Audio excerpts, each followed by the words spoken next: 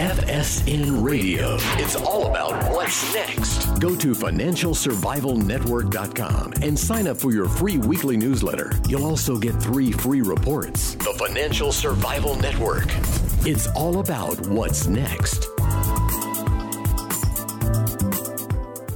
Welcome. You are listening to the Financial Survival Network. I'm Garry Lutz. It's Halloween, October 31st, 2017. Made it through the year without any major financial bumps in the road so far, but there's still time. November, December, though, very calm months generally, looking back at the record historically. But more importantly, email us at kl@GarryLutz.com. Don't forget the Twitter feeds at Garry Lutz. Well, you might be thinking that government programs are ineffective, they don't do what they're supposed to do, and the wrong people benefit from them. And if you thought that, then you're probably going to want to read a book by Professor Patrick Garry. Professor, you are a law school professor. You've got a book out that I think is must reading, The False Promise of Big Government, How Washington Helps the Rich and Hurts the Poor. So, Professor, we welcome you to the show. Thanks a lot, Garry. It's good to be with you today. So, as you put here, the federal debt recently exceeded $20 trillion. And where's the end of the era of big government that one time President William Clinton bemoaned, if you will? It doesn't look like we're doing too well with limited government, are we? No, it doesn't. I mean, and neither party, makes a concerted effort for it. But in this book, I think what I try to do is take a step forward to doing something about it. And that step is to address this idea that if you favor the average person, if you want to help the average person more, if you want to help the poor and working person, you've got to be in favor of big government because big government is there to help those people.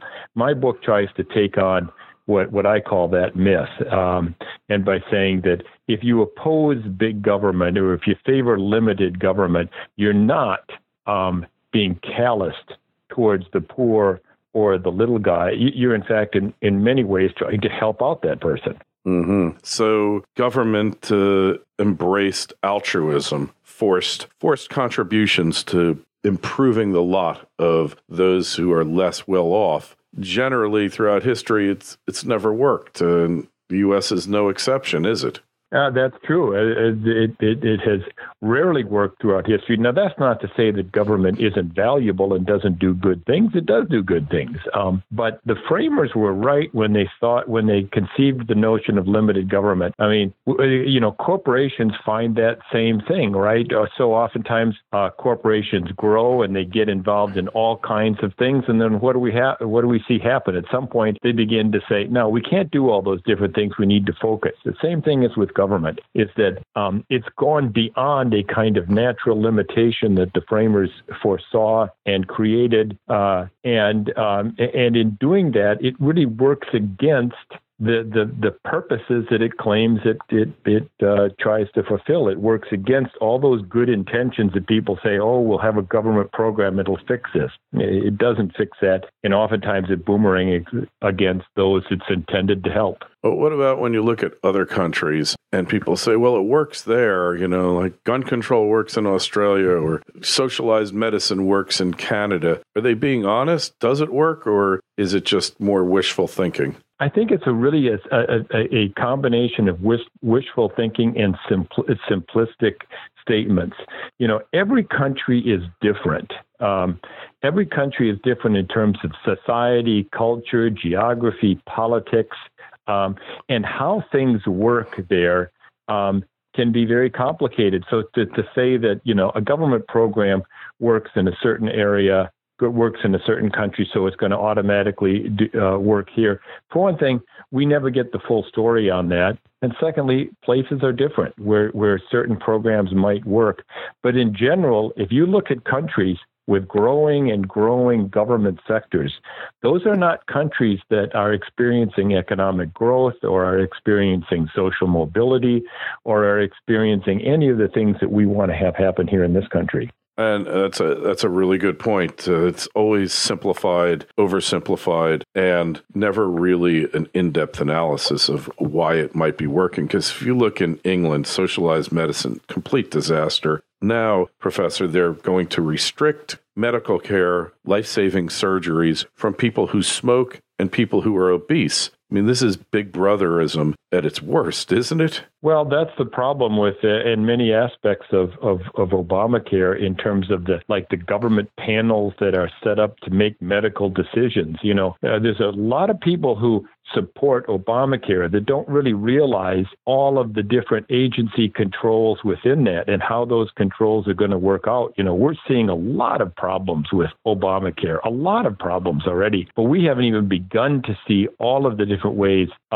that problems will occur, like you point out, Garry, in terms of the government dictating who's going to get medical care, when, and to what degree.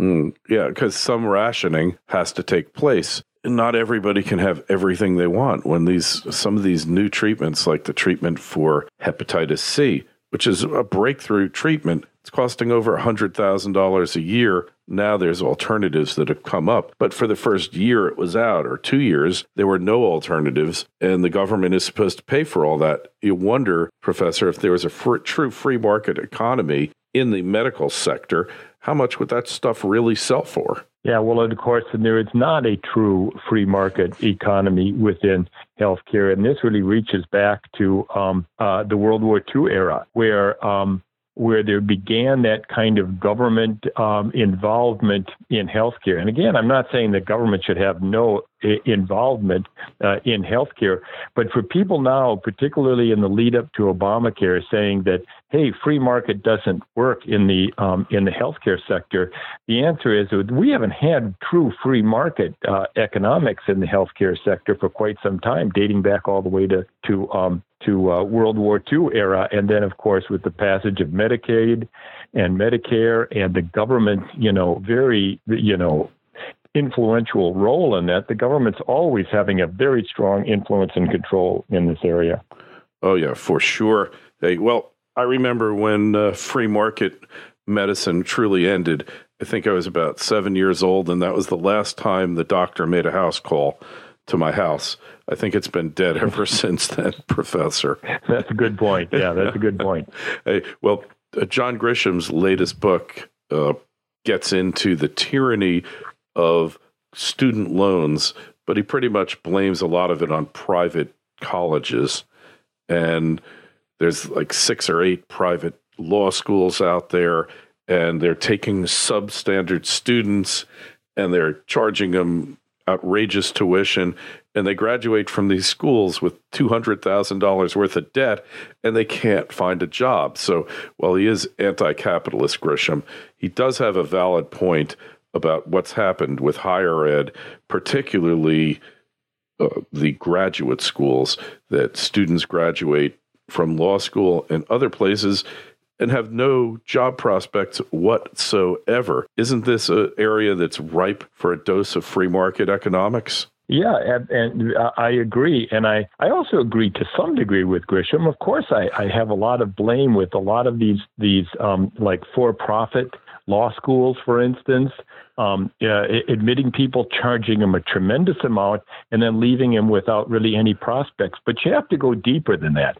Yes, I blame higher education, but government is intricately involved in this. I mean, government, through the student loan program, for instance, makes all of this money available. And so because it makes money available, that's why higher ed can charge. I mean, they are increasing their prices far beyond the rate of inflation, far beyond anything else we're experiencing. And how come? Because government makes that money available. And so there becomes this kind of complicit arrangement between the federal government and higher education. Federal government provides all of the funding, and so therefore higher education can keep increasing its tuition. But who's the one who ultimately suffers? It's the individual, and particularly the poor student who gets who incurs all of this debt and then is left just on his own with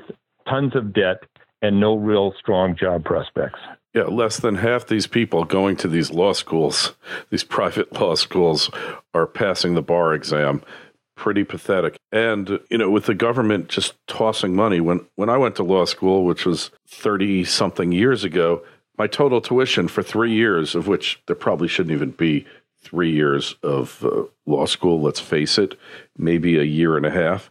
That's another story. There's no need for 3 years of it, my estimation. But when I went, my total tuition for 3 years of law school was $13,500.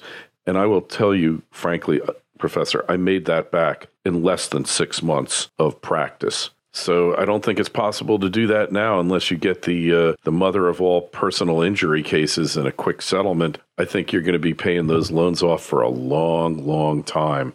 Yeah, that's a good story, I think. That's a good reflection, then, of how government involvement really hasn't helped the average person. Because here you are, when you graduated, you were able to function on your own. You were able to pay the bill. You were able to pay it back. But now people can't even begin to pay their tuition. They're in debt constantly. And once they get out, they're not going to be able to pay it back in a year or 5 years or even 10 years. This, in a way, is kind of a government-enabled bubble, just like the housing bubble of 2008, in which the government pumps all of this money in without any underwriting standards in terms of the housing market. But now, the government provides all of this money that looks to students like it's free money.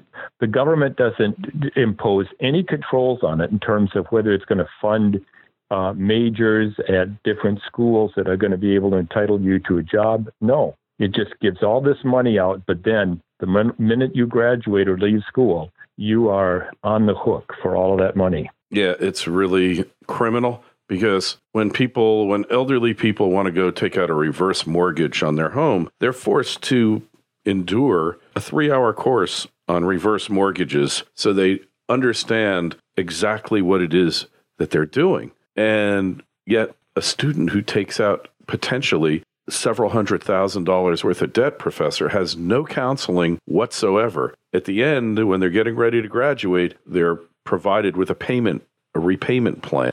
So they're provided with a repayment plan, and then you're on your own and good luck.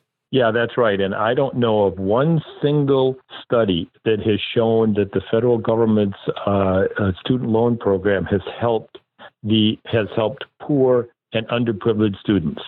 So that's really, I think, goes to the heart of it. Of course, the federal government advertises it, right? And likewise, education should be available to everyone. It should be.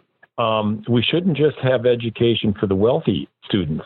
But this program actually ends up hurting the poor and underprivileged students because it sticks them with a huge debt, which they are unable to pay for when they do get that final bill. Yeah, it's terrible. And it does make the wealthier even more wealthy because the money goes to the banks. The banks make the loans, and, well, now it's the federal government direct, which is probably even worse than the banks making the loans. But the banks make these private educational loans, which can't be discharged in bankruptcy, and you're pretty much stuck with for life as well. When somebody graduates from college, they will go and refinance all their government loans with a private loan, and that's it. They're stuck. So, yeah, that's yet another example of it. So, Professor, obviously you thought a lot about writing this book. What finally made you do it? Well, I think the desire really was to get at this idea, this myth that I think has been going on since the New Deal, since the 1930s, that basically says it charges anybody with opposing unlimited government as being a callous person, unconcerned with their fellow person, unconcerned about the average guy, the working guy. And I really wanted to try to address that, to be able to at least to open up our debate so that if somebody is going to call into question government programs, they aren't immediately charged with saying, all you care about is the rich and powerful and you don't care about the average guy. That's what I really wanted to kind of address here. Well, hopefully you've made a start. You're always charged when you want to cut back anything from the government except the defense budget. You're always accused of being heartless, of not caring about the poor, and of being selfish and all these other things, which really aren't true. You want to see that your money is spent wisely in Washington, and the only way to see that happen is to send them less of it and make them responsible for less than what they're doing now, which is they're responsible for everything, let's face it. Yeah, that's true. I agree with that. Well, hey, Professor, so I assume your book is available wherever fine books used to be sold? Yes, that's another good point. Wherever they used to be sold, but also on Amazon. Right, obviously on Amazon. And again, highly recommend the book, The False Promise of Big Government, How Washington Helps the Rich and Hurts the Poor, by Professor Patrick M. Garry. Professor, thank you so much for coming on. We wish you the best of luck on your book. And questions or comments for the good professor or myself, email us at kl@kerrylutz.com, Twitter feeds @KerryLutz, Facebook page Financial Survival Network. Wish you the best of luck, Professor. Thanks a lot, Garry. Sure good talking to you today.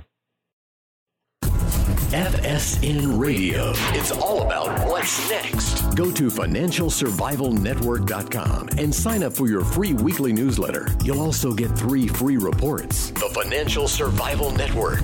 It's all about what's next.